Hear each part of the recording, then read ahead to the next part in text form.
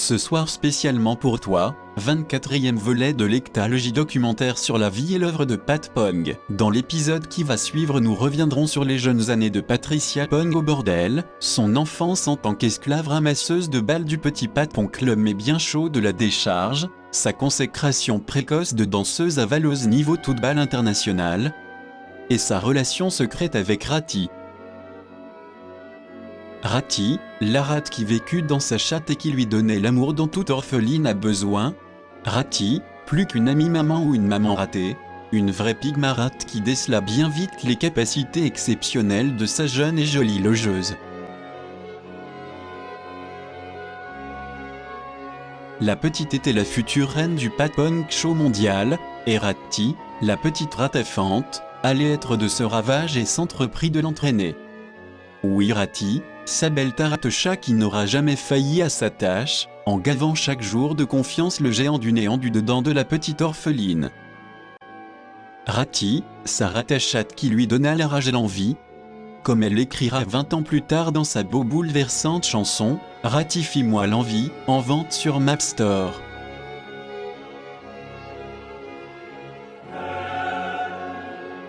Pour la première fois, Pat Pong accepte de revenir sur ce mauvais pas de danse, sur ce qui devint sa définition jusque-là incompris du mot tragique, et ses questionnements. Qu'est-ce que Ratty faisait sur la piste? Pourquoi n'était-elle pas dans son petit nid? Comment une ratachate aussi expérimentée que Ratty et qui connaissait parfaitement la chorégraphie de sa petite prodige a pu finir ainsi? Était-ce un geste délibéré, un accident, un coup de la mafia chinoise ou la dernière scène d'un acte manqué? Les débats s'emballent depuis des années à ce sujet délicat et catalyseur de l'histoire moderne, quand vient la question, est-ce que Ratty savait? Est-ce que Ratty aurait joué un rôle plus important qu'une simple ratachate de gamine en Pat Pong Show? Sûrement personne ne se mettra jamais d'accord. Jusqu'à ce soir, mesdames et messieurs, vous découvrirez dans le 25e épisode comment la déclassification récente des cahiers et des correspondances de la petite ratachate, paix à son âne à chatte, prouve que ses calculs étaient exacts et ses hypothèses simplement trop avant-gardistes pour l'époque.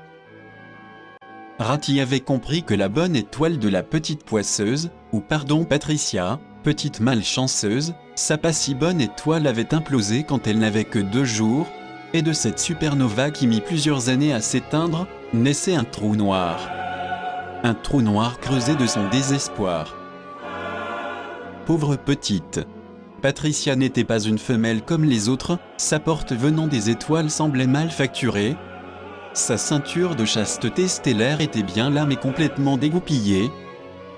Cette porte qui se voulait infiniment blindée, et de notre naissance irréversiblement ressoudée, cette issue sans recours où déjà nos pères, depuis le tout premier de nos pères, s'étaient jadis fracassé le nez. Voilà que les chairs s'ouvraient et nous laissaient passer, d'aucuns pouvaient s'introduire et disparaître à jamais. Le couloir du retour interdit était ouvert. La rumeur courut bien vite et bien trop d'hommes se laissaient aller à cet indivin plongeon. 1, 10, 20 plongeons, c'est un divin plongeon. Pardon, c'est une blague entre algorithmes. Il y a mon pote Alban Rimang qui s'est radiné. Il aime bien quand je lui lis les aventures de Patricia Pong, mais que d'aucuns ne disent que c'est mon PD secret, c'est pas vrai. Allez, Aldo Télé vous propose avant le 27e épisode sur la vie et l'œuvre de Pat Pong, un petit break. Compte tenu des rumeurs qui courent et de l'actualité qui vous obsède, à savoir, est-ce que Ratty est vraiment morte, ou son fantôme ment-il toujours la chatte à pattes? Vous entendrez le témoignage de Léon Le Camé, qui assure avoir vu le fantôme de Ratty lors d'un cours de lingus avec Mrs Pong, mais attention, n'étant pas homologué dans le livre d'or de la Lady, son récit est à prendre avec des pincettes. Toutefois, demoiselle Patricia admettra la possibilité de la survie de l'esprit à Ratty, et entend parfois des chants la nuit sortir de son slip, comme vous les avez découverts dans son second album, Les voix de la ratachate fantomatique qui vit dans mon slip volume 1 et 2.